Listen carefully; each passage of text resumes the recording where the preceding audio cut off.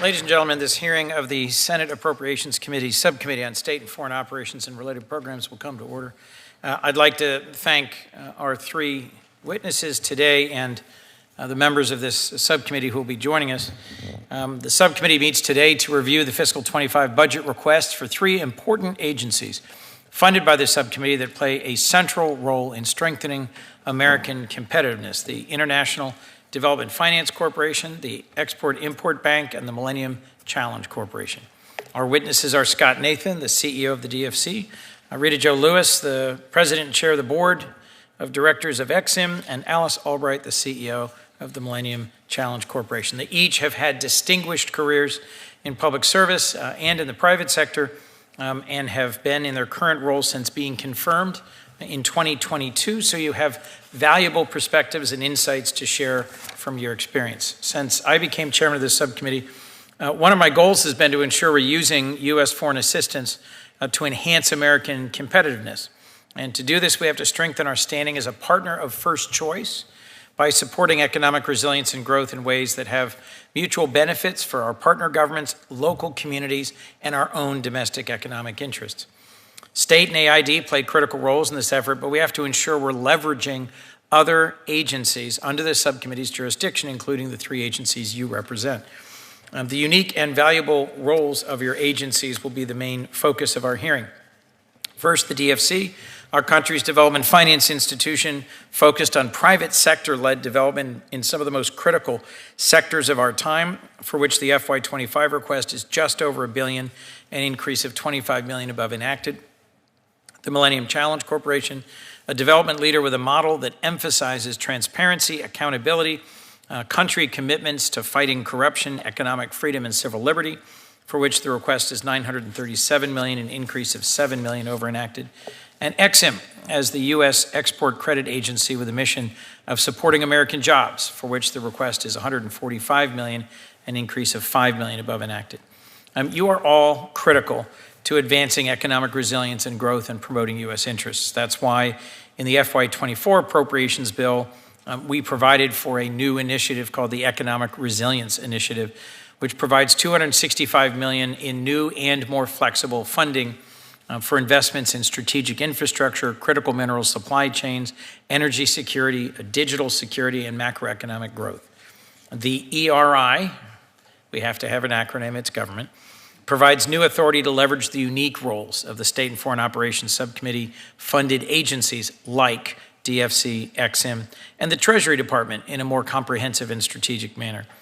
This funding will support our ongoing efforts to counter malign influence and address mutual interests, including in the Pacific and Southeast Asia, where, for example, the Treasury Department has just announced a plan to leverage new funding provided through this initiative to guarantee billions in loans for infrastructure, transportation, and energy transition work in partner countries. The application of this ERI is global. Chair Murray and I recently traveled to Southern Africa to discuss the potential strategic impact, for example, of investments in the Lobito Corridor, a project that aims to lay or improve over 1,000 miles of railroad to help transport critical minerals from Zambia and the DRC to a port, Lobito, in Angola.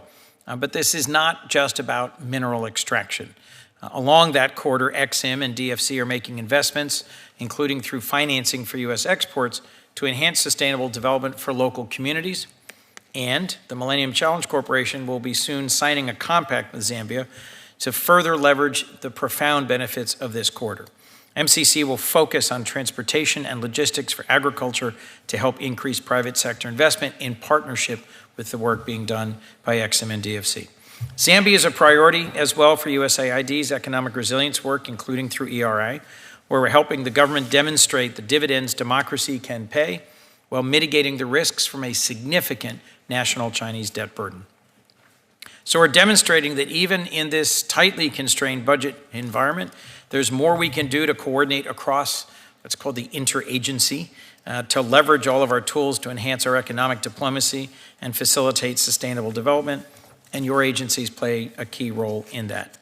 Investing in emerging markets and strategic sectors alongside our like-minded partners and allies consistent with international best practices for environmental and social safeguards, and ensuring U.S. businesses have the chance to compete on a level playing field is both good development policy and an effective way to strengthen U.S. national economic security. That's particularly true when we're talking about countering Beijing's monopoly on critical mineral supply chains and processing, and the need to build and secure new digital networks, or in helping our partners diversify their energy production and sources.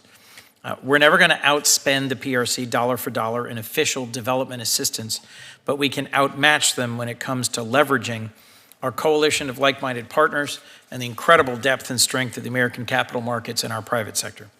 We also differentiate ourselves from the PRC by upholding values of transparency and accountability, promoting local ownership, protecting human rights, and other foreign investment best practices.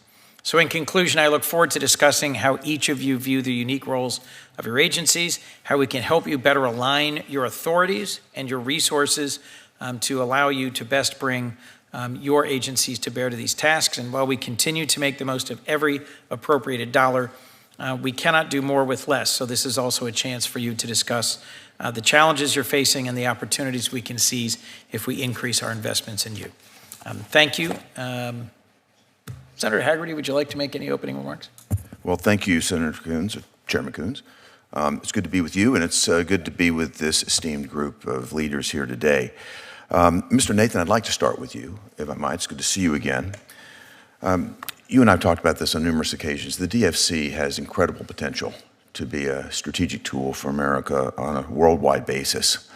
I'm concerned, though, that the agency has been distracted by ideology and that we're not offering the clear and compelling alternative to predatory Chinese funding that is such an important aspect of your strategic mission. And I'd like to start out with what I view as perhaps the most critical geostrategic tool that we can deploy, especially in the region that I'm talking about, the Indo-Pacific. When I served in my previous role in Japan, I worked very closely with the Japanese to displace Russian energy from the energy supply. Senator, if I might interrupt briefly. We were going to let the witnesses give their opening statements and then turn to questioning. Were you making just an opening comment about the three agencies or launching into questioning, sir? I'll let the witnesses make their opening statements. My apologies if I missed. I was just inviting a brief opening comment, which is typically what the ranking. Just say this. Welcome to all of you again. Look forward to your testimony. Thank you, Senator. So we'll now invite Senator Schatz. Did you have a comment you need to make? Unfortunately, just for the awareness of our witnesses, we will have a two-vote series that begins in about 5 minutes.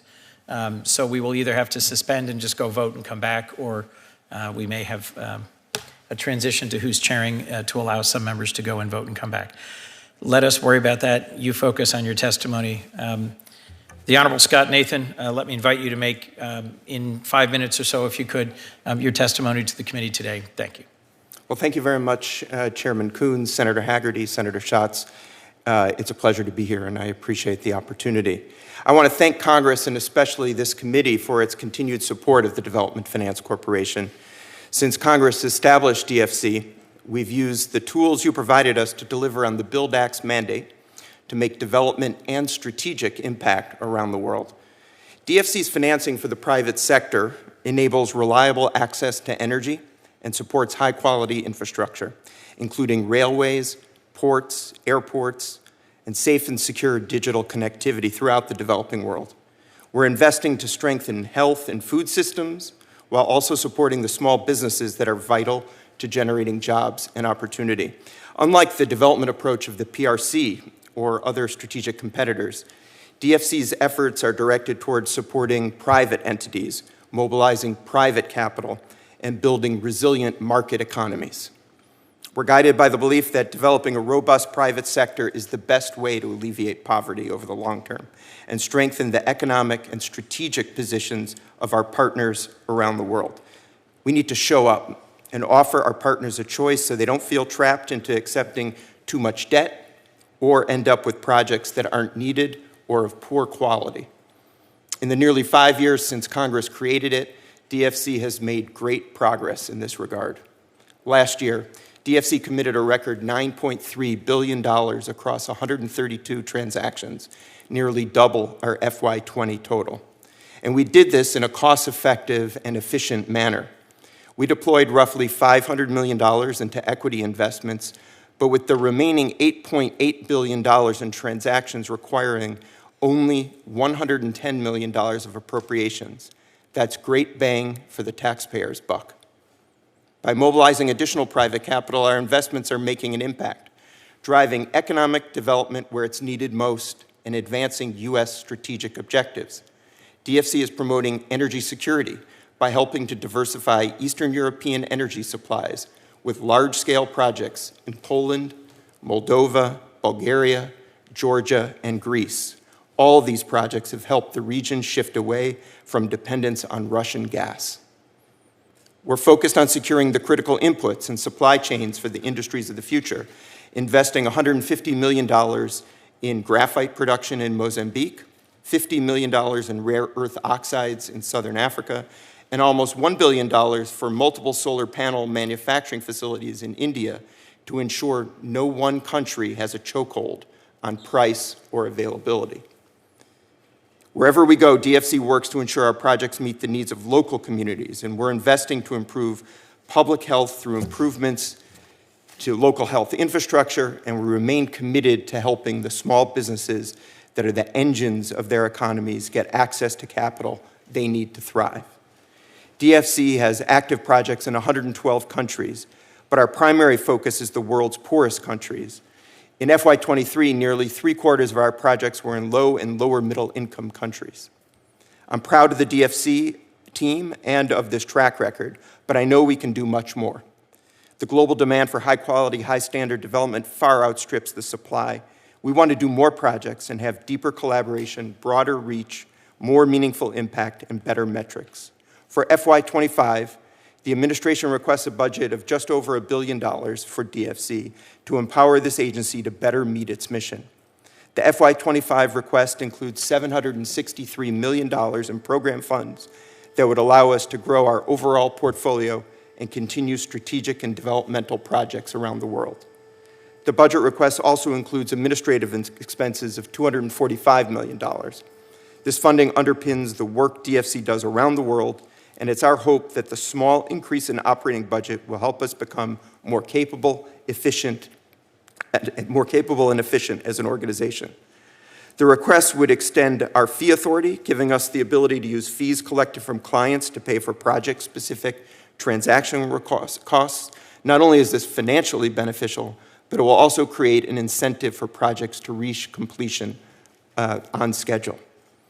The FY25 budget requests additional resources to attract and retain the talented and highly in-demand workforce that DFC needs.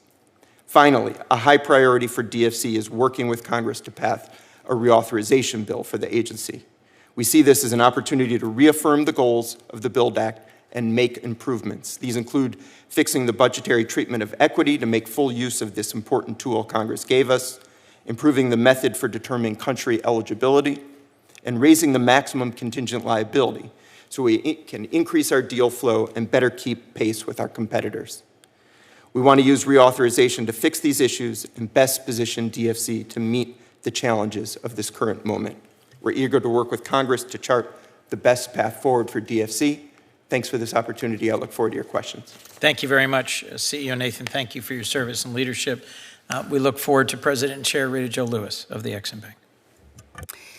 Chairman Coons, thank you so much, and for your distinguished members that will be joining us for inviting me to testify on the administration's fiscal year 2025 budget request from Ex-Im Bank. It is an honor to appear before you as Ex-Im's chair and president, and thank you for your support in passing our historic 7-year reauthorization in 2019. I'm also pleased to join my counterparts from DFC and MCC today. Like our fellow agencies, Ex-Im plays a vital role in promoting and sustaining U.S. leadership around the world. But while Ex-Im's activities may have development impact, as you know, it's not a development agency. As you know, Ex-Im is the official export credit agency of the U.S. Our congressional mandated mission is to support U.S. jobs by financing or facilitating exports.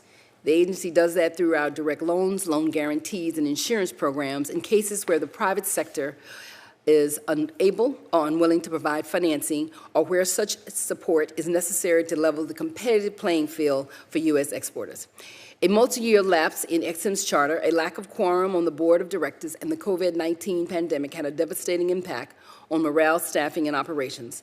Building on my predecessor's success in reopening the agency, I have worked to rebuild and revitalize XM and set it up for even greater success in our next chapter. In FY 2023, because of the dedication of our talented workforce, XM supported nearly $8.8 billion in authorization and an estimated 40,000 jobs across the country. We strive every day at XM to fulfill our congressional mandates by sector size and scope. On sub-Saharan Africa, XM approved nearly $1.6 billion in authorizations last year, including the largest renewable project in XM's history. On small business last year, it marked the first time that authorizations surpassed $2 billion since FY 2020. On our China and Transformational Export Program, or CTAP as we call it, saw a 9-fold increase in year-over-year growth since FY 2022. And we authorized our first ever Make More in America MMIA transaction. This initiative allows XM to extend our medium and long-term financing to domestic projects that facilitate exports, reshore manufacturing, rebuild the domestic supply chain, and support American jobs. In our FY 2025 request, budget justification, XM has requested $130.1 million for administrative resources, plus $15 million in program budget, which will enable the agency to offer competitive financing while meeting appropriate reserve requirements. This request will support recruitment and retention of highly trained staff required to successfully complete very complex international financial transactions and support underwriters in engineering. The request will support also a projected $11.3 billion in new authorizations and export value of $17 billion and estimated 56,000 U.S. jobs. These numbers anticipate growth in XM's transportation program and an increase in green energy-related transactions, particularly in nuclear plant refurbishments and hydro and solar power generation projects. As part of the FY 2025 request, XM is seeking a default rate cap exemption for both nuclear projects because of their size and for CTAP, China Transformational Export Program transactions, which would allow XM to better counter predatory PRC financing in transformational export areas and higher risk markets. Finally, while reauthorization is not the subject of today's hearing, I would be remiss if I did not mention that XM's charter will expire at the end of 2026. When XM's charter lapsed between 2015 and 2019, the world saw a 35% increase in the number of foreign export credit providers. Other official credit providers evolved their philosophy and substantially expanded their roles. And U.S. manufacturers lost out as foreign governments promoted their domestic industries, creating a fundamentally uneven playing field. An early reauthorization backed by large bipartisan majorities would send a strong signal to the world that Congress is committed to empowering the agency to advance Americans' national interests by facilitating exports and supporting jobs. I look forward to working with you, all of you. Thank you again, and I look forward to receiving your questions, Mr. Chairman. Thank you very much. I, too, look forward to an early bipartisan reauthorization vote.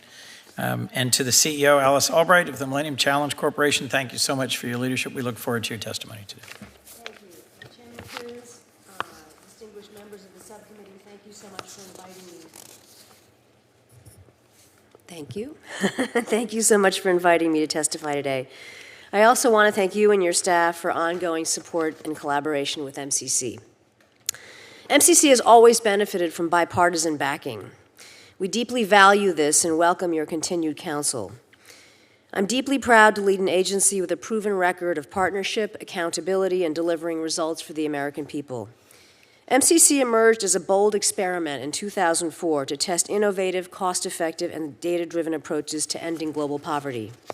It represented a new approach, a focus on strong economic policies, good governance, democracy, and country-led solutions and implementation. Now, 20 years later, having invested nearly $17 billion in 47 countries, benefiting an expected 400 million people, We are no longer the experiment, but humbly the exception, a leader in how to bring about a better life for those people who need it the most. MCC delivers values-driven, high-impact, and sustainable infrastructure projects to meet the needs of low and lower middle-income countries and to support the United States' economic and national security interests. The agency not only responds to immediate development needs, but reinforces a network of partner countries, both nascent and thriving democracies, that share the United States' belief that ruling justly, investing in people, and upholding human rights creates durable pathways to prosperity. I am reminded of this constantly when I travel. Just last week, I was in Dallas marking our 20th anniversary with President Bush.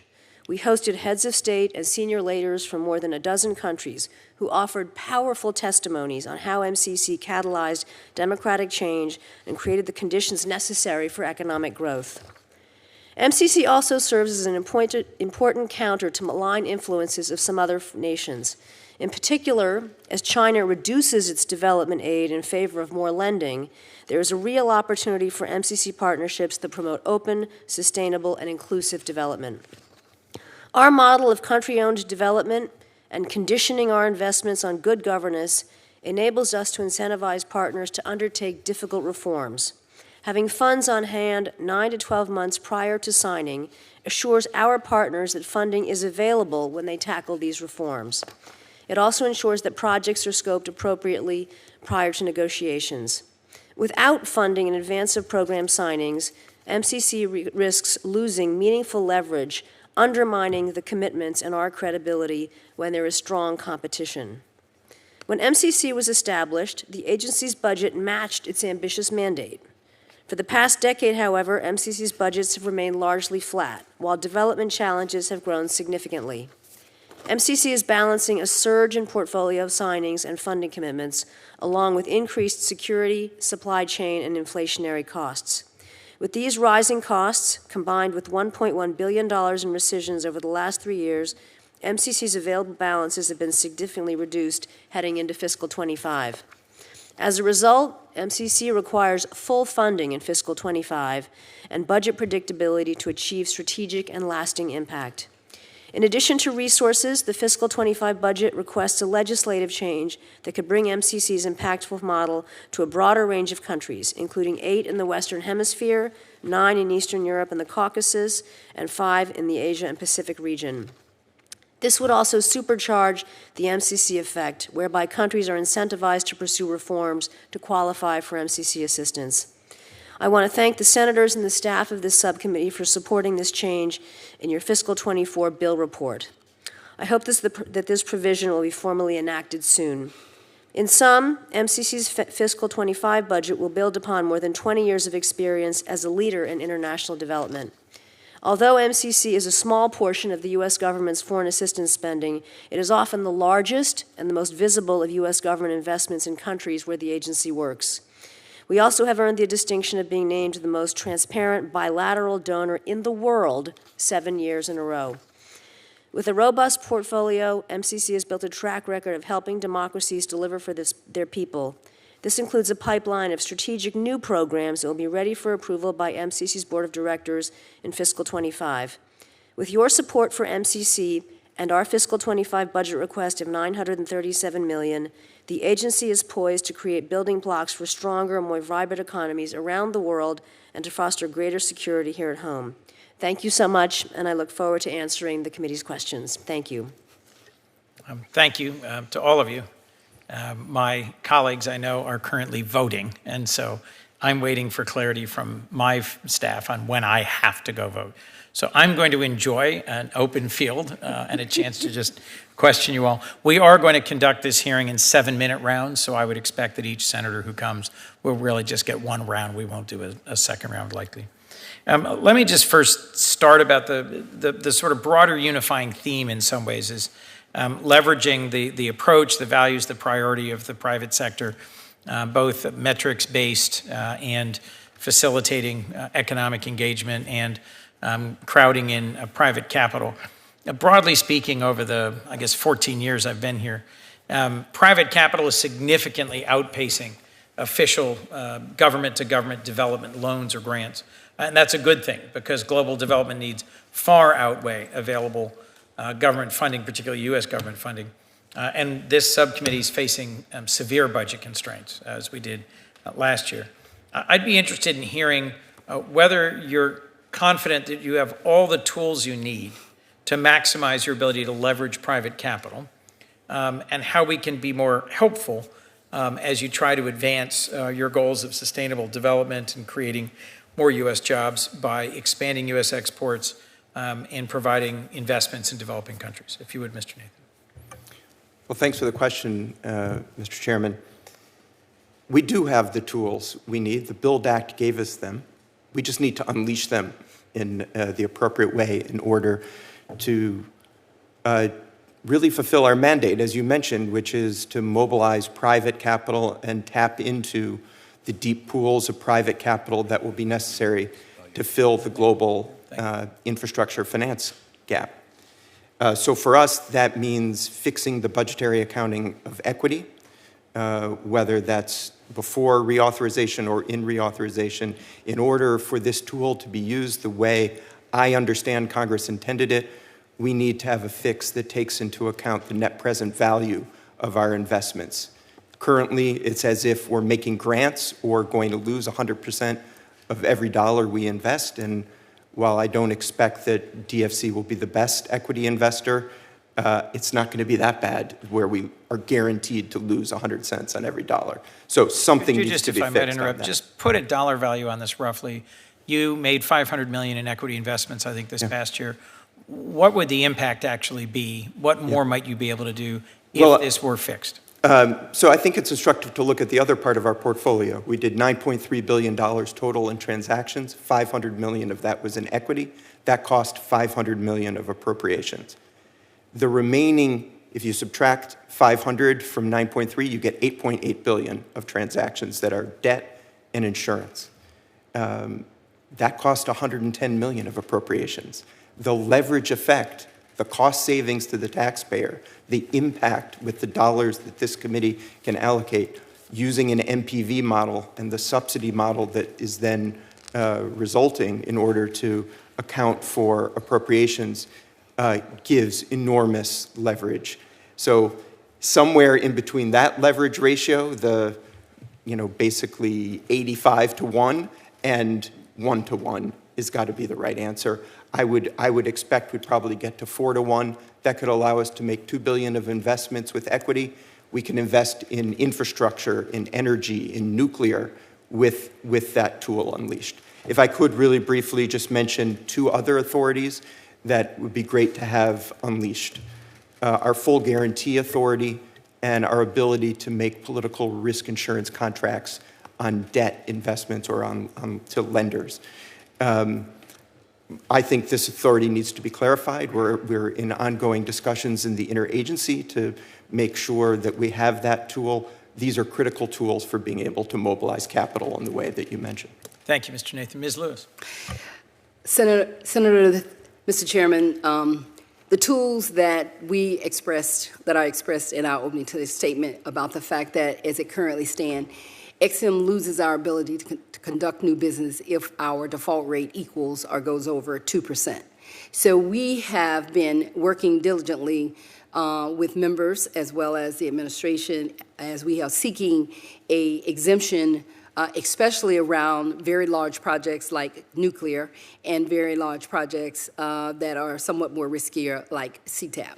We believe that that exemption would allow us to also continue to send a signal to the market that XM is continuing to seek those types of transactions, but it also gives us an opportunity with that exemption for our underwriters to be able to take bolder and riskier opportunities because that's who we are. We believe that rather than having that exemption from that 2% gives us a greater cushion and enables us to take advantage of some other calculated risks.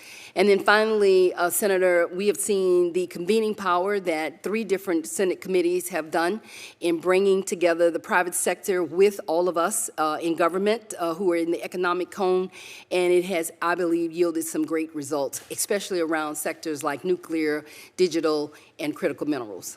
Thank you. I'm particularly interested in our engagement in nuclear power and refurbishment in Eastern Europe and the developing world, and look forward to hearing more from you about that. Ms. Albright. Thank you, Chairman Coons. We have great tools, and for this topic in particular, grant financing. Grant financing with no time limits on it is a significant advantage for the agency and I think for the U.S.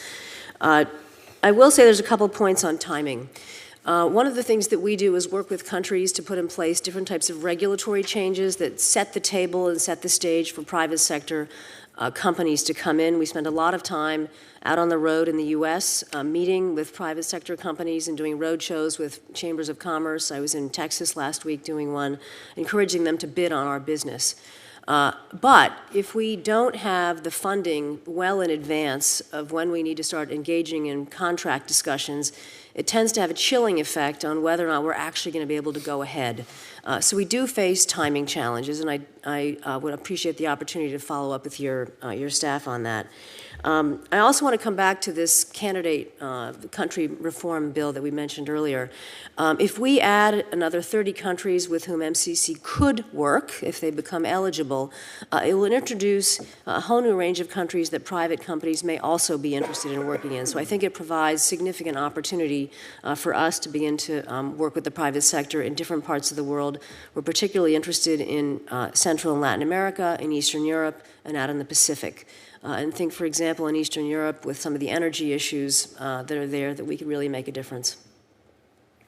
Thank you. And I duly noted the impact that rescissions have had on your ability to deliver advanced commitments and the importance for reliability as you enter compacts. Well stated. Thank you. Senator Hagerty. Thank you, Senator Coons. Mr. Nathan, I'll go back to you now. And back to the point about, I think, one of the most important strategic elements of your mission, and that is to effectively counter the predatory practices of China, the CCP, I should say.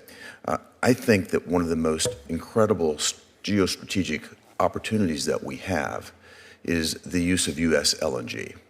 And I've mentioned this to you before, but in my prior role as U.S. Ambassador to Japan, I worked very closely with the Japanese to displace Russia from their energy supply chain.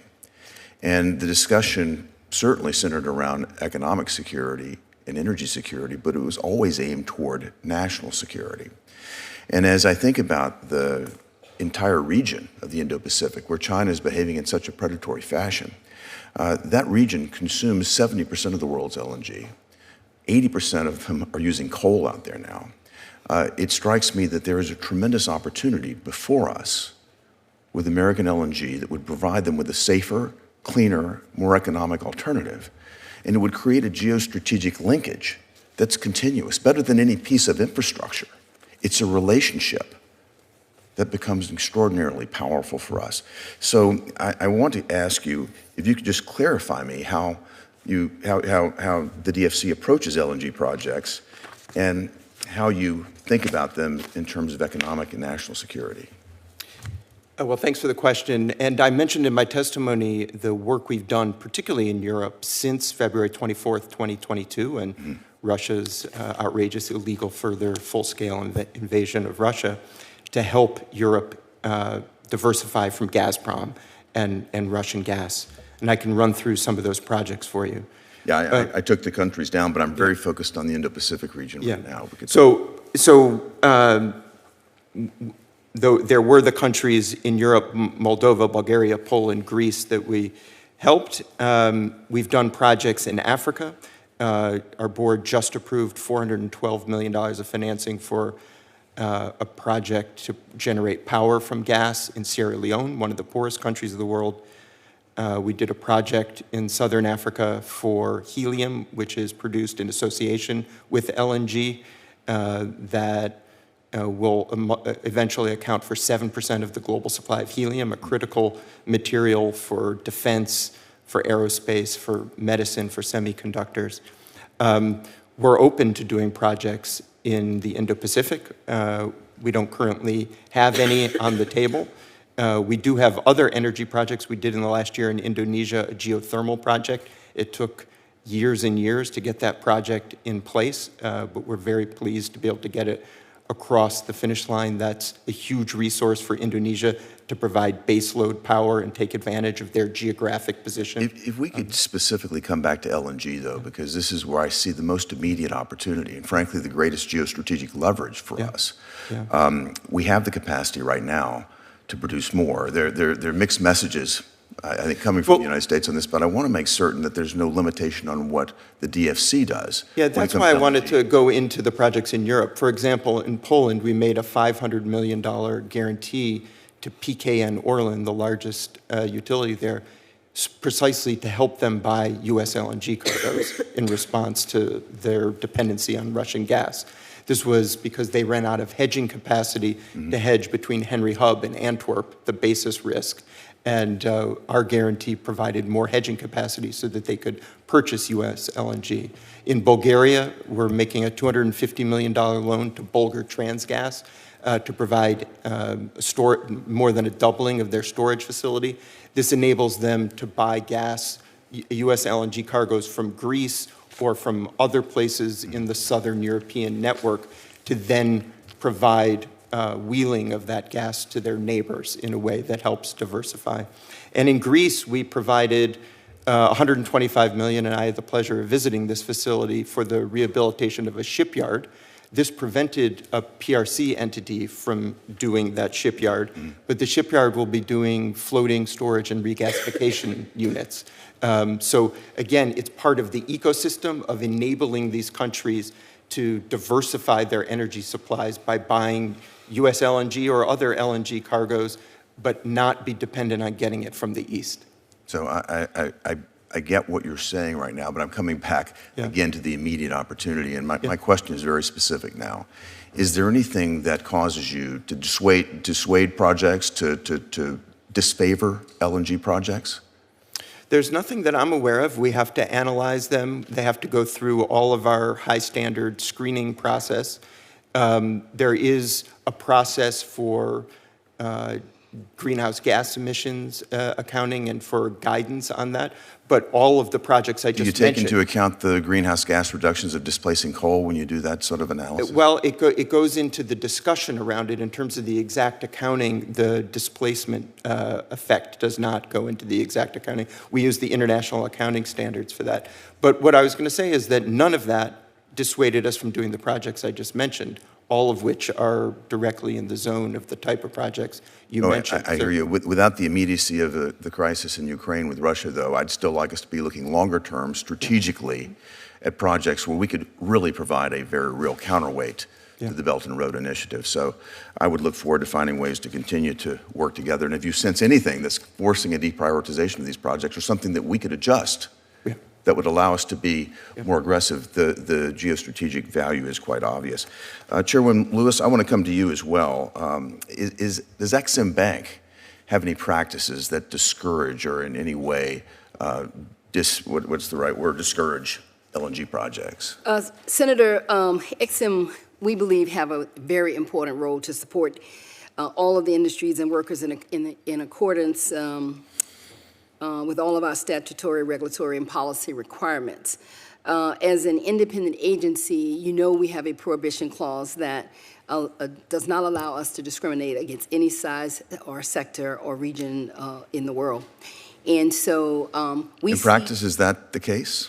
That is definitely the case, Senator. We seek to definitely align with with administration initiatives. Have you financed any LNG projects in the past 2 or 3 years? LNG projects, we have been involved in a number of projects with commodities. And one of the things that we are I'm not asking about commodities broadly. I'm asking specifically about what I think is the most important geostrategic opportunity we have, that's LNG. We received all of our projects on and transactions on a case-by-case basis. And over the years, Ex-Im has invested in those. I would love to be able to get back to give you a list of what those have been. If you could do that, if you could give me a roster of the LNG projects that have been undertaken over the past several years, I'd love to see that. In the past 5 or 10 years, I'd just like to see how that trend is going because, again, this is a really important opportunity for us, and the immediate benefit for this is rather obvious. Thanks. Thank you, Senator Haggerty. Senator Coons had to go vote. I will chair in his absence, and Senator Schatz is recognized. Thank you very much to all of the testifiers. Thanks for all of your public service. Ms. Albright, it will not surprise you to know that I am extremely enthusiastic to see you in this role and at the testifiers table.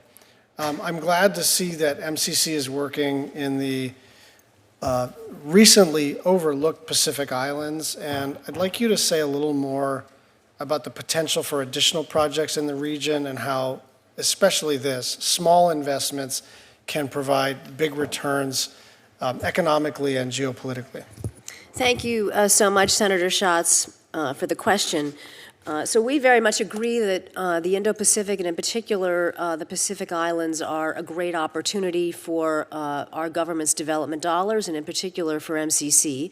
Right now, we are working in a program in Kiribati, $29.1 million, that will work on helping young people in that country get better skills and opportunities for the jobs of the future, and that's a program that was very much designed with that country's government. We're also working on a program in the Solomon Islands.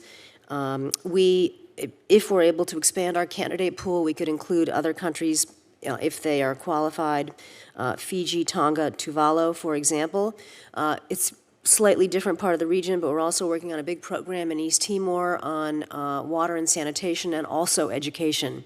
And those are all programs that are part of about a third of our work is in the Indo-Pacific area. And I just made myself a list. We're doing programs right now in the Philippines, Nepal, Mongolia, Indonesia, East Timor, Kiribati, and the Solomons. And if we're able to expand our footprint, we could add to that. And one thing that's, just last point I'll make, is that we're able to do small programs and these huge compact programs. One of the things that's a real standout for the smaller islands is that the $29.1 million for Kiribati is the largest piece of international aid that country will have gotten, and we're going to make a huge difference for the young people there. So we can make a big difference with a reasonably modest amount of money. That's exactly the point here, and for us as appropriators, I think that's where we ought to think about how to deploy the federal dollar most efficaciously. And in these Pacific Island nations, $29 million is a rounding error for the Department of Defense, and arguably for the Department of State in other contexts. $29 million is the most money that Kiribati has seen in maybe ever. Externally. And this has a major impact. I want to praise the State Department more generally. We've had these convenings over the last 3 or 4 years with Pacific Island leaders, foreign ministers and prime ministers and defense ministers. And, the first couple were a little rough. They were, I wouldn't say gripe sessions because that's unfair to them, but there were a series of complaints that could be summarized by, you guys are never around until you need something. And, but they were very specific in their asks, and the State Department, along with the SFOPS committee, sort of made good on a bunch of those promises, and it is gratifying to see that these subsequent meetings have not only increased in attendance from around 3 or 4 senators to, I think last time, 15, 16 senators, including the chairman of the Intelligence Committee, bipartisan participation from SFRC. And it was, I wouldn't call it a love fest, but it was a huge improvement in the tone and the tenor of our partnership. So when Secretary Blinken says, allies, friends, partners, you are on the front lines of making that true. And so I just wanted to recognize that. I have a question for you about digital health tools. You just made a big announcement, a $300 million partnership, and I'm wondering if you can just talk through what that is going to mean and the kind of leveraged impact that's going to have, both in terms of our good standing around the world, but also real-world impact for people who need it. So that program, I believe, is at Lesotho. We signed the program a couple of years ago, and it will build on a previous investment that we made in health clinics.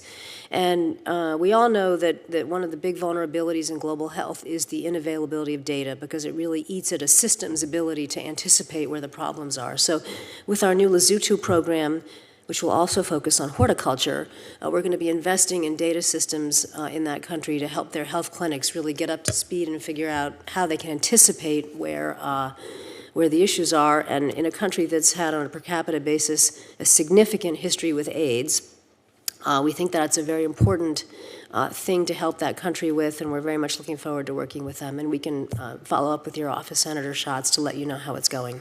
Thank you very much. I would love for us to be on a first-name basis outside of this committee, Ms. Albright. Thank you very much. Mr. Nathan, I've repeatedly heard from leaders in the Indo-Pacific about the threats that they face from sea level rise and disasters. How are you implementing the President's Emergency Plan for Adaptation or the Prepare in the Indo-Pacific, and are there any additional tools that you need?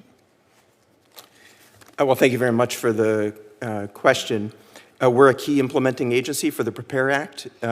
We've done since the inception of DFC a little over $600 million of financing transactions for adaptation within our climate finance bucket. That's everything from regenerative agriculture, helping prevent waste of food by helping with cold storage, water system management, and hardening infrastructure. So we are helping. In the Pacific Island nations that you were asking about before, we're looking for projects that could specifically help in this area. They're challenging places for us to work to find private sector projects. Nonetheless, we have a $50 million microfinance facility specifically targeted at the Pacific Island nations in cooperation with our colleagues at USAID, which I think might be able to find some of these kind of adaptations. Just because I only have 30 seconds left, yeah. Does that microfinance facility, is that like the first cousin of the Pacific Resilience Facility? Like, how are those two things going to interact? No, well, this is specifically a private sector facility to help get money into the hands of individual businesses. So they can definitely cooperate, but it's a separate facility. Okay, but I guess my question is, are you in conversations about how to sort of make sure that these... Absolutely. I mean, the idea is to find deal flow, and by cooperating with our colleagues managing the Resilience Fund, that's one way to do that. Thank you very much. Thank you, Senator Schatz, and let me add my thanks to all of you for your service and your testimony here today. All your agencies are great examples of different tools available to the U.S. government to do everything from supporting American jobs to supporting our strategy around the world, and I'm grateful for your service. Ms. Lewis, it's great to see you again. I know we've talked about this in the past, but I think we all share a concern about the PRC's dominance in the critical mineral supply area and the supply chains related to that. So from acquisition of raw materials to processing. And my question is, are there ways that XM could be more effective in financing critical mineral projects that diversify our supply chains? And as part of that question, are the China and Transformational Exports programs sufficiently flexible for critical mineral projects? And if not, are there changes you would like to see that provide for that flexibility? Thank you so much, Senator, for that. Great to see you again. As you mentioned, we have been before you in other committees calling regarding the convening power that the Senate has to bring together the private sector players along with government agencies like ourselves to discuss and make sure that they understand the resources that XM has. As I had mentioned and in some previous conversations that you and I had, the exemption of having CTAP, the Transformational Export Program, from our 2% default rate would be really, really critical for this agency. It would allow us to be able to take a little bit more risk.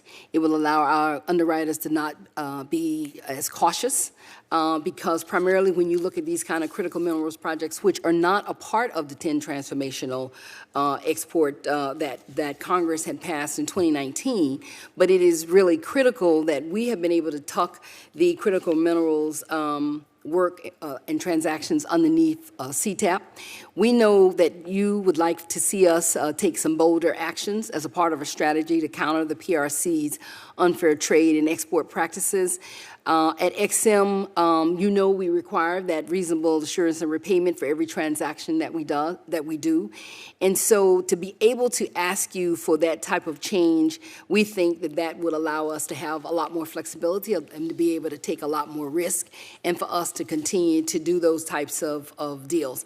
As well as, you should know from the convening that you participated in and allowed us to be with, we have been able to put out a federal notice in our Federal Registry to ask the industry and ask those in the market to give us some ways that they think that XM can do more in this space. And we are very excited also that we have been able to use our MMIA deal authority that we have providing direct loans that we recently did for $4.7 million of an expansion of a facility for a company called Aquatech that happens to be in Wisconsin and Pennsylvania. And it is better for them to be able to support critical minerals like lithium and EV supply chains. Got it. Well, thank you. I look forward to continuing to work with you on this. And Senator Warner and Senator Rubio and I and others are working on legislation to expand some of these authorities in a targeted way. Mr. Nathan, it's great to see you again, and thank you for all your good work. I hear you loud and clear on fixing the scoring issue. This is a self-inflicted wound. I think it's just malpractice that we have not resolved this yet, because it makes no sense, as you said, to count every dollar that you invest as a grant dollar. So we look forward to trying to finally get this done. As I think about, how American businesses might be looking at the U.S. government and how we're organized, they might see it as a little stovepiped, right? I mean, each of your agencies has very important authorities. In some areas, especially between the XM Bank and DFC, there could be room for collaboration. So I guess my question for you, Mr. Nathan, is to what extent are you sort of operating in a more coordinated, maybe not seamless way, but a more coordinated way to make sure that we use all our tools? I mean, some of the things that you provide can be complementary, obviously, to XM Bank. So do you have some examples of where there's collaboration? Well, thanks for the question, and I, as always, appreciate your input and support. I'd say we definitely collaborate with our colleagues, my colleagues at the table and their agencies, as well as USTDA, of course, our colleagues at the State Department, Commerce Department, and USAID as well. The way we collaborate mostly is by participating in various interagency processes to identify foreign policy priorities that can be benefited from our activity. With MCC, we have a formal agreement to try to find ways to collaborate, and we come at it from different ends, but it's complementary. MCC did a compact in Sierra Leone that worked on the power sector. We're funding a power plant there that will free them from the dependence on a barge with 4 diesel gen sets that is unreliable and has led to severe political problems. With XM, we frequently have discussions, but we're coming at these projects from almost the exact opposite end. Whereas XM is supporting U.S. business and their exports, we're in country supporting the company or the project with local financing. So there are places where it can be collaborative. It'd be great if we had some good examples of projects. We're obviously both focused on the critical minerals area. We made $740 million of investments in critical minerals and key inputs last year. I foresee this being an area where we will likely collaborate in the future, given the high priority and the opportunity to both support mining and processing.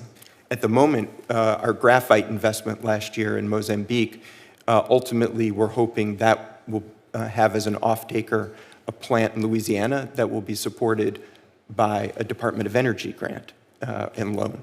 So there's plenty of opportunity for collaboration, and I agree with you.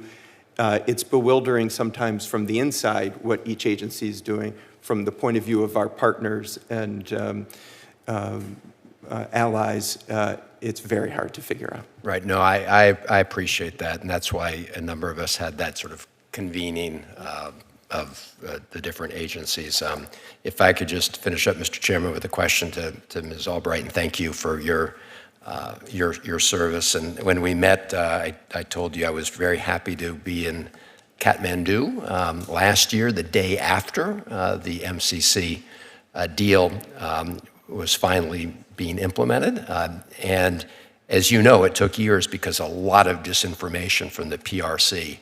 But I want to applaud not only the MCC, but the government of Nepal for making the decision to move forward. Many of us are big supporters of the legislation that you mentioned. As you know, it passed the Foreign Relations Committee with a unanimous vote. I believe it was unanimous, and we hope to advance it. Could you just give one specific example of how passage of that legislation could make a big difference in advancing the mandate of the MCC and the goals of the United States? Thank you so much, Senator Van Hollen. Whoops, let me push the button. For the question, and I'm delighted that you were in Kathmandu the day after that was passed. It was a very important project for us. It's a $500 million program that will help completely upgrade the energy capability of Nepal, and we're off to the races on it, so we're very excited about that. So I keep this map on my desk, which shows all the different countries that we could work in, and the one I'm going to zero in right now is Moldova, because I would imagine that many of us in this room are concerned about what's going to happen to Moldova as a result of what Putin is doing in the region. And we can't work in Moldova right now. But if we were able to get the legislation passed, of course it's a small country, but it's a very strategic country. And that's one where we certainly could begin to work. There's a number of others in the region. There's also some interesting ones in Latin and Central America where we're not able to work. So what's interesting about the legislation is not just the specificity of the countries, but it would enable us to work in regions, some in Central America, some in Europe, Eastern Europe, some in the Pacific. And there are certainly different geostrategic interests that the United States has in all three of those regions, over and above what the individual sort of countries have to, what need in terms of working with MCC. So there's just many, many opportunities here, which is why we've been up here a lot visiting with you all to try to get the legislation passed. But we'd be very enthusiastic, and we think that a number of countries would qualify immediately, and we could do some good work. Well, thank you. I know that the chairman supports that legislation strongly, as well as the legislation that Mr. Nathan emphasized with respect to the scoring rules. Thank you all for your testimony and for your service. Thank you, Senator Van Hollen. We understand Senator Merkley will arrive in a few moments. If I might, I'm just going to go into another question or two, and appreciate your answers to my colleagues. Accountability and transparency is a key part of the work of all three of your agencies. I think it's a central part of what makes the MCC model of development so powerful. I think you've done important work at the DFC in order to strengthen your internal transparency and accountability mechanism. And I think in XM, it's important that we focus for a minute on workforce retention and competitiveness in order to ensure that you're functioning at the level you need to. So if you could, just each of you, if you'd speak about in what ways your agencies work to ensure transparency and accountability, both internally and then competitively with other like-minded, other nations that are trying to do the same sorts of things you're doing. How do we promote transparency and accountability? You want me to start? Or? Yes, please. Okay, thanks. Forgive me, Mr. Nathan. In regard to transparency, we too have been ranked high on transparency indices compared to our DFI counterparts. I think the last ranking we were the highest, but it still wasn't a high grade. So if we're graded on a curve, we're doing well, but we have a long way to go. We try to provide as much information as possible to the public, to the NGO community. And obviously, we provide all the information required by Congress. We have many different oversight mechanisms. We have a robust Office of the Inspector General. We have an Office of Accountability. Public Office of Accountability that has recently changed leadership, and I'm very optimistic about the robust leadership there and the resources that that office is getting in order to have the ability to fulfill its mandate. We want to cooperate with them as much as possible. Internally, we try to share information. You know, we're a rapidly growing agency. In just the last 2 years, we've gone from 440 people to 670, and that has a material impact on our culture against the backdrop of the pandemic and changes to work patterns. There have been some challenges in creating a new culture that's also, I think, natural for an agency that launched only 5 years ago and built on a smaller team that really was serving a different mission and a different mandate with different tools and a different process. So reorienting it has involved some changes internally to how we're organized that I think going forward will really begin to bear fruit, but change is hard, and that has led to some issues that we've tried to work through.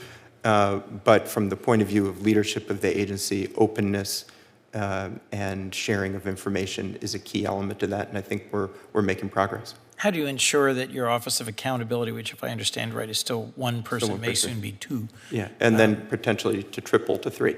Is actually accessible, open, responsive to concerns of communities that are impacted by projects you're helping finance? So one way is to make sure that there's great visibility on how to approach the Office of Accountability, and we've worked with the new person who's in charge to make sure that whether it's through website, through constant communication with the NGO community, which is really critical in this regard, that's something he's aware of. We have a public hearing of our board 2 times a year in which members of the public or NGOs can make statements. And that's another way for the Office of Accountability to be aware of what is in the flow of that information. And then obviously there's reports and letters sent directly. And how do you contribute to greater transparency and accountability for the deal flow and the loans that you're actually involved in, as opposed to our competitors from other countries who are also active in development finance? Well, we make a public information statement about every deal that we do. We post that on our website. We have information about our deals on our website that is certainly different than our strategic competitors, which actually bind most counterparties with non-disclosure agreements to keep their loan agreements opaque, what kind of strings are attached or security arrangements are made. So that's not the way we manage things. Thank you. Ms. Lewis, tell us for a minute, if you would, about XM and how you both ensure accountability internally and then compared to your strategic competitors. From an internal perspective, Senator, one of the things that we've been very clear is that we've seen that when having an agency that was closed from 2015 to 2019 and then COVID happened, as well as the loss of a board quorum, actually definitely changed the culture, I believe, at XM Bank that we are striving every day to bring back.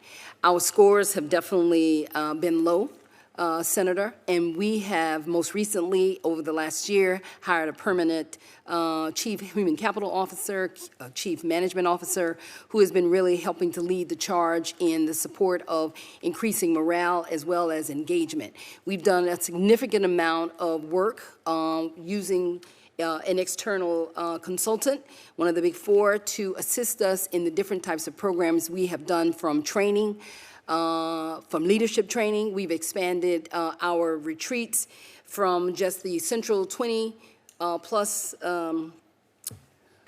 senior leaders to all of our managers, which total about 40.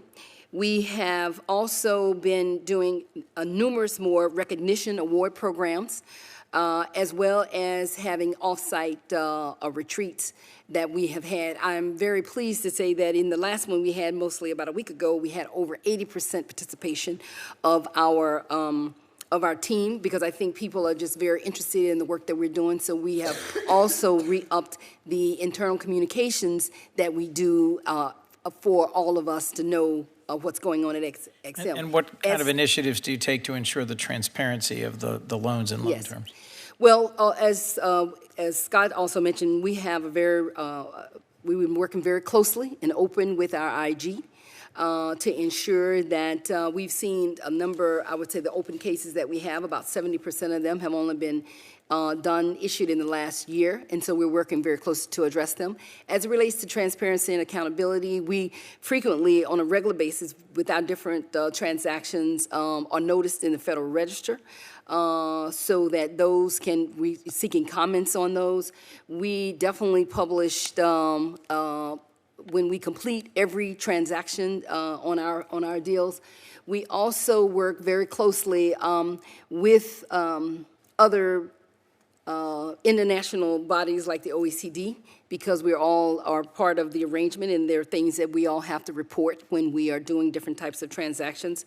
And so and then most recently, working off of a recommendation, we have created a new Office of Compliance that coincides alongside Ethics and Ethics Officer. We believe it's going to be those types of engagements and developments at XM that's going to allow us to continue to be more transparent and more accountable to the American people, as well as to the borrowers that come to XM. Thank you. Ms. Albright, I think accountability, transparency is sort of in the very DNA of the MCC. I'd be interested in how you think, both internally and externally, you focus on transparency and accountability at MCC. Thank you, Chairman Coons, for the question. Yes, there's many aspects we can point to. Let me talk first about our internal decision-making processes. Whether or not it's with our board, with partner countries, with regard to how we do a monitoring and evaluation of every single program, we are dedicated to transparency at every step along the way. Whether or not it's our scorecards, which you're familiar with, which are on the internet, so every country can see how they rank in terms of whether or not they're going to become eligible for MCC's support.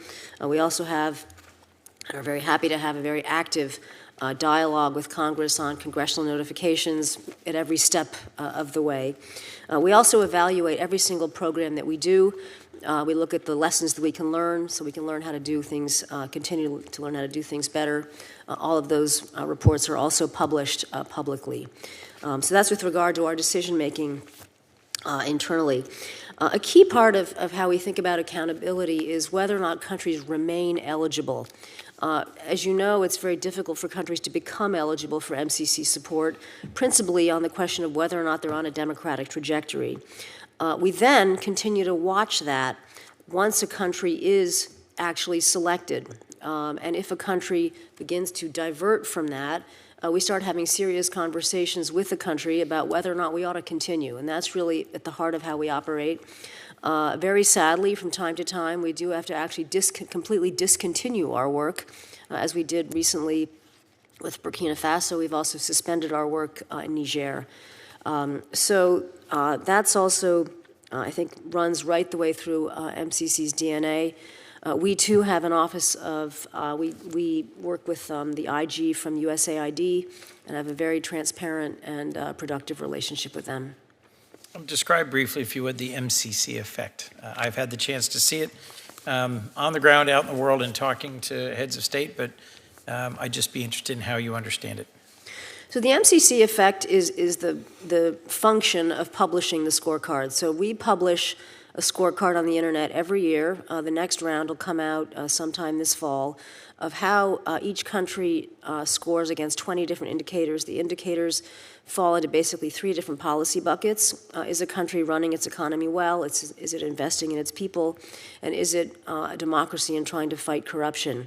And countries study their scorecards, whether or not they are close to becoming eligible or not. And so what, in being able to see that public data, which is all third-party data, countries often make a decision that they want to use that framework to make decisions about reforms. So there's 2 good examples I can point to. One is in the Côte d'Ivoire, where a number of years ago the country was only passing 5 of the 20 scores, and President Ouattara at the time set up a specific division to specifically make decisions to become eligible, and now they're passing, and I will double-check this for you, at least 14, and they're plenty eligible, and we're doing a lot of work with them. The Democratic Republic of the Congo has a They're only passing 5 or 6, maybe 7 scores. But they've set up also an entity within their Ministry of Finance without paying a single dollar of MCC's program budget to actually also make decisions to reform how things are going in the DRC. So it is a powerful tool for incentivizing reform. And we see it in, there's lots of other examples I can share with you, but it's one of the, now that we're 20 years into our history, I think it's one of the most efficient, high ROI aspects of the agency, because a country starts making the reforms that they need to become eligible without us spending a single dollar of U.S. Taxpayer dollars on the program side. Our economists are in touch with them, but we're not spending program money until countries become eligible. I've seen that directly. In fact, Cote d'Ivoire was the concrete example I had in mind, even though our strategic competitors were offering multiples of U.S. investment. President Ouattara and the Prime Minister were very engaged in achieving the compact. And so that's not the only country, but probably the signal country. I understand Senator Merkley is mere steps away, so I'll simply just say each of you had a chance to touch on a legislative priority, reauthorization, equity fix, expanding the number of eligible countries, default rate. Is there something you didn't get to speak about that would be helpful to briefly address in terms of legislative action you'd like to see from Congress that would help strengthen your ability to execute on your core mission? Please, if you might, Mr. Nathan. So within our reauthorization process, there are a couple of other elements I'd love to just briefly touch on. One is very similar to the issue facing MCC in terms of country eligibility. We're currently dependent on the World Bank income classifications. It's a crude tool that even the World Bank doesn't use for lending eligibility. And it leads to annual volatility when the countries move categories every year. That's very difficult to be working on a private sector deal and then July 1st have to put your pencil down. I think it would make sense to broaden out the group if we used World Bank categories. It would add some Caribbean nations, some Pacific Island nations. It would add countries in Central and South America that aren't currently eligible. And I think it would do it in a systematic fashion as opposed to a targeted fashion. So that's one element. There are other things in reauthorization that could help us be more efficient and utilize our resources better, raising our annual lending cap, making the fee authority I mentioned permanent, increasing the threshold for congressional notification. We're right now doing about 80+% of our transactions require notification. That was around 100 last year. It would be great if we could find a way to still notify on a majority, but have it be fewer. And then ways to help incentivize our workforce. Really important to, in this very competitive labor market for transaction lawyers and other in-demand transaction officers and otherwise, to find ways to support them. I suspect that's true across all three of you. That Yes. You're looking for skill sets that are unusual and in high demand and in a very tight labor market, of being able to incentivize and retain the very best. I mean, there are complaints I hear occasionally about the time cycle, how long it takes to work with all three of your agencies. And I often say that's partly because of the demands on your workforce, that you're trying to move a lot of transactions and very complex transactions and monitor them for a long period of time. So I'm very sympathetic to those concerns. Ms. Lewis, if you might. Senator, you're absolutely right. Mr. Chairman, it's not just monitoring. It is about how we continue to recruit and how we continue to retain is critically important. And to be able to additionally see some types of awards that we could also incentivize our teams would be helpful. I just want to just continue to emphasize the seeking of that default rate cap, the exemption on nuclear as well as for CTAP. So that we can better counter, PRC financing on, especially in the 10 export areas. But more importantly, I think early reauthorization is really critical for Ex-Im Bank, especially since we were out of the market for those years. We've had an ability to reset and rebuild and renew so many relationships. I think an early reauthorization with a strong bipartisan support would continue to send the right signal to the industry, to the market, and to our countries that America is there and that we will be there with our Ex-Im Bank so that they can not only compete, but they can actually win these awards around the world. Ms. Albright. Thank you, Chairman Coons. Our two priorities are our budget, a robust budget, and also our candidate pool legislation. Thank you. Can I ask in this open setting, the President of Kenya will be here next week?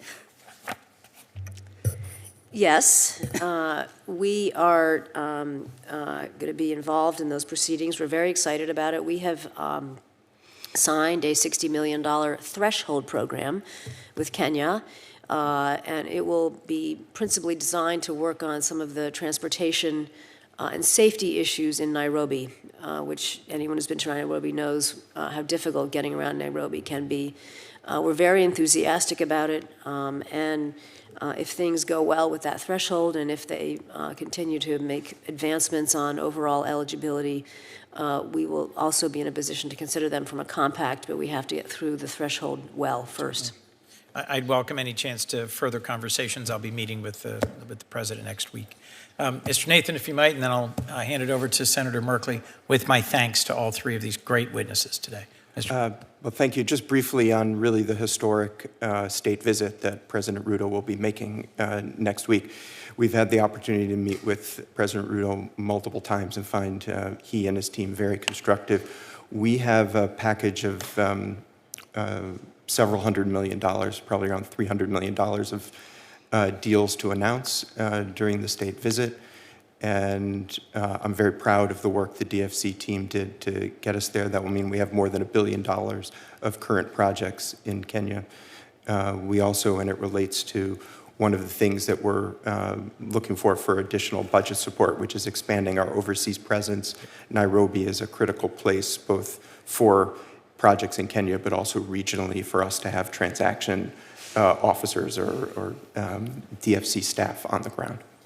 Thank you. I very much look forward to continuing to work with you, both during the state visit and in the year and years ahead. Thank you for your leadership and for your testimony here today. I'll defer to Senator Merkley, who in the absence of another member arriving, will close out the hearing when he's done questioning. Thank you all very much today. Thank you very much, Chairman, and thank you all for coming in and sharing your experience and expertise. Ms. Lewis, I wanted to try to understand better the charter for Ex-Im. Isn't the charter actually passed by law? The charter is passed by law, yes. Yes, Senator. Am I correct that in that law, it says Ex-Im reaffirmed the responsibility to review projects for environmental impacts, including, quote, effects upon the global commons? Senator, first of all, I just really appreciate the work that you've been doing as you call attention to these types of issues. We look and evaluate each of our transactions against our charter and our statutory requirements, and they're all done on a case-by-case basis. Yes, but you didn't answer my question. Are those 4 words in your charter that has been passed by law that you shall consider, quote, effects upon the global commons? Well, our team does extensive due diligence. No, I'm just asking you, is that in your charter or not? From a legal perspective, our charter is very clear that Congress has given us. You don't know if those words are in your charter or not? Those words are in the charter, yes. Okay, they are in the charter. Thank you. That's what I was asking. Does it also say in your charter that your procedures, quote, shall permit the board of directors in its judgment to withhold financing from a project for environmental reasons? Senator, it also tells us that we cannot discriminate against applications I know, that wasn't on my our question. industries and our I'm just sectors. asking you about this particular clause. Congress has definitely made it very clear about the statute and charter of Ex-Im Bank. So it shall permit the board of directors to withhold financing from a project for environmental reasons. That's in your charter, yes or no? The charter basically, Senator, allows us Why can't you just answer the question? Is it in your charter or not? It does have it in our charter. Thank you very much. Now, you have this non-discrimination language in your charter as well. And it says the non-discrimination prohibition starts with, quote, except as provided in this act. Now, those other two clauses I just read to you are provided in this act. Is that not right? Senator, one of the things that has occurred I'm is that I fascinated. don't have the authority to make changes of any magnitude unilaterally. I'm just fascinated that you won't actually answer the question. I'm just reading you from your own charter, and you're head of the operation. I'm just trying to establish for the record that this is what the charter says. Our charter also gives us other explicit things that the Ex-Im Bank has to do about non-discrimination and no prohibition against size, sector, or industry. So I just read to you, except as provided in this act. Is that not the qualification on the non-discrimination clause? Okay, I know you don't want to cooperate in this line of questioning. And I'm really puzzled as to why that is the case, because the charter is very clear. It gives you the power to approve or disapprove projects according to the impact on the global commons. It says that the non-discrimination clause is subject except as provided in this act, and the environmental provisions are provided in this act. It says that explicitly shall permit the board of directors to withhold financing for a project for environmental reasons. I believe that you all are deliberately evading the responsibilities you have under this charter as written, and I am extremely disturbed about that. Are you aware of how much damage carbon pollution and methane pollution are doing to the global commons? Senator, I truly understand the concerns that you have. I will continue would love to work with you and your staff on these concerns to outline for you how Ex-Im looks at all of our statute changes. So you're aware of my concerns, but my question was, are you familiar with the damage that carbon pollution and methane are doing to the global commons? One of the things, Senator, that I have done repeatedly at Ex-Im is how we have sought to work very closely, understanding how climate change is a real threat. We understand the work that we have to do, and we have been moving very aggressively in that work. So you do understand the damage that carbon and methane are doing to the global commons. That's a yes? I understand that how we have at Ex-Im Bank supported very large green energy projects, some of the largest ones in the history of Ex-Im. I totally share. Why is it so hard if you actually know the science? Why is it hard to say, yes, I understand the damage that carbon and methane are doing to global commons? Why is that? Senator, I can't comment on the science. You can't comment on the science? Do you ignore the science? No, Ex-Im looks at each transaction, Senator, on a case-by-case basis. Well, by case, some do a lot of environmental damage. And one of the great mysteries is why Ex-Im is proceeding to explore financing for an LNG development in northern Mozambique. Now, LNG is interesting because we call it liquefied natural gas, that's the industry term, but anyone familiar with the chemistry of it, this is methane that's liquefied. You're familiar with that? I'm familiar with that. You're probably also familiar that methane gas has a much higher heat-absorbing, heat-trapping power ounce for ounce than carbon dioxide. I cannot comment on the I really encourage you to learn the science then, because you have a responsibility under your provision to weigh environmental reasons on projects and to interpret or understand the effects on the global commons, and that you have to educate yourself about. If you're not educating yourself about Our that, you're team not does doing your educate job. us very well, Senator. They do exceptionally due diligence, our engineers, on all of the projects that we do. On the one that you're specifically speaking about, there has been no decision on that particular transaction, and also that was a transaction that was done long before I came into office, and no final decision has been made. I definitely commit, Senator, to reviewing any of these transactions with you in a confidential manner. Well, as you review it, I hope you'll take a chance to actually pay attention to the science that you say you don't like to weigh. I'm sorry. No, go ahead. No, I was just going to say that our team does exceptionally due diligence in all manners of these particular projects. And as they pass review, they're done in accordance with our Ex-Im. So they do weigh the science and impact. on the environment? Our team I would love to make our engineers and environmental people available to you, Senator, to go over exactly how on that particular project. Well, of course, you're in charge. You're the head of Yes. this operation. The buck doesn't pass down to say, I'm going to ignore the science and let my engineers tell me that do whatever, not when you have responsibilities on this charter that you're ultimately the person accountable for. Yes, we do. So let me explain a little bit about methane, since it seems to be a mystery here. When it's produced out from under the ground, it leaks all over the place. And we have massive observations of those leakages. We have on-site, we have UAV observations, we have satellite observations. That leakage makes it extremely damaging for the amount of energy that it delivers. It's estimated that if it replaces local coal, it's equal in its climate damage to coal.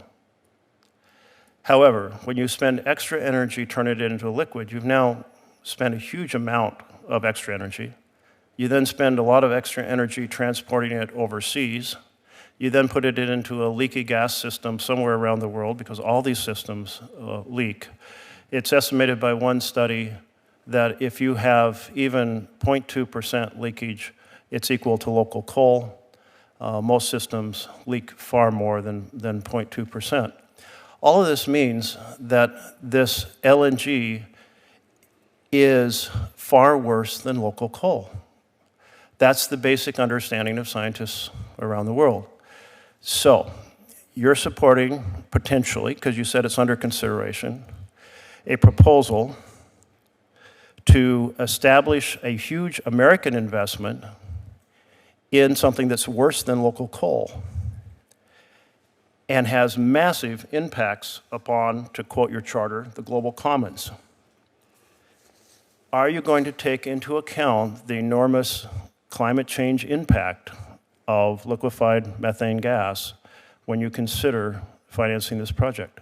There are numerous things, Senator, that our team, our technical and our legal team take into consideration, our environmental team, and we would be happy to come and brief you on that, on those specifics. So you're saying, yes, that is one factor, not the sole factor, but one of the factors you will be taking into account. It is numerous factors that we take, and I at this juncture, Well, are there I would not numerous want to say excluding this or exactly. numerous including the climate impact?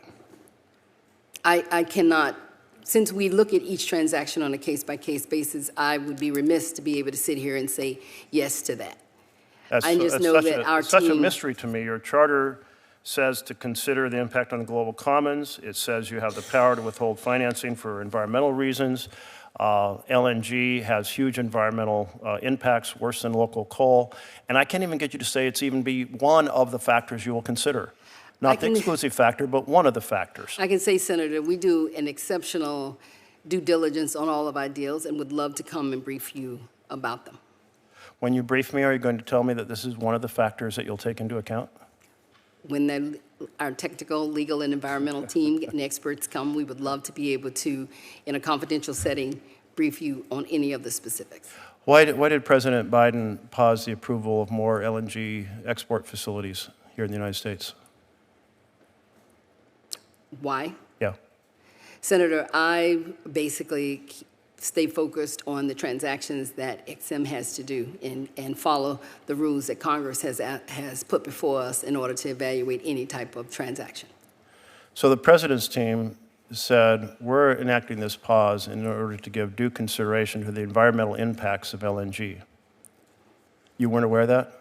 I am aware of what the president put out, yes. So if we the seek president to of the United align with the States- president on all of our transactions.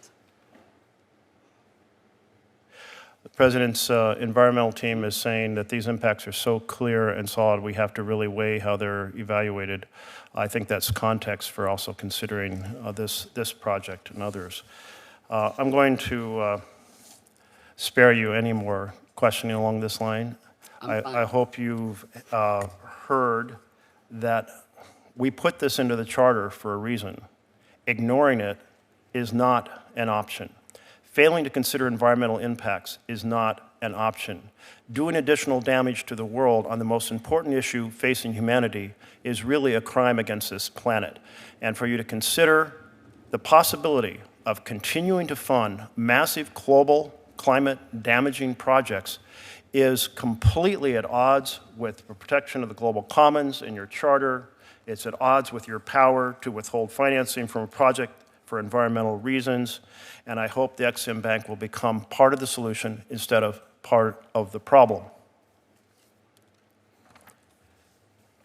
The chair has asked me to close with the following notes. Thank you all for joining us. We look forward to continuing our work together as we move forward in fiscal year 25 budget process. The hearing record will remain open for written questions until 5 p.m. on Wednesday, March 22nd, 2024. And the hearing is adjourned.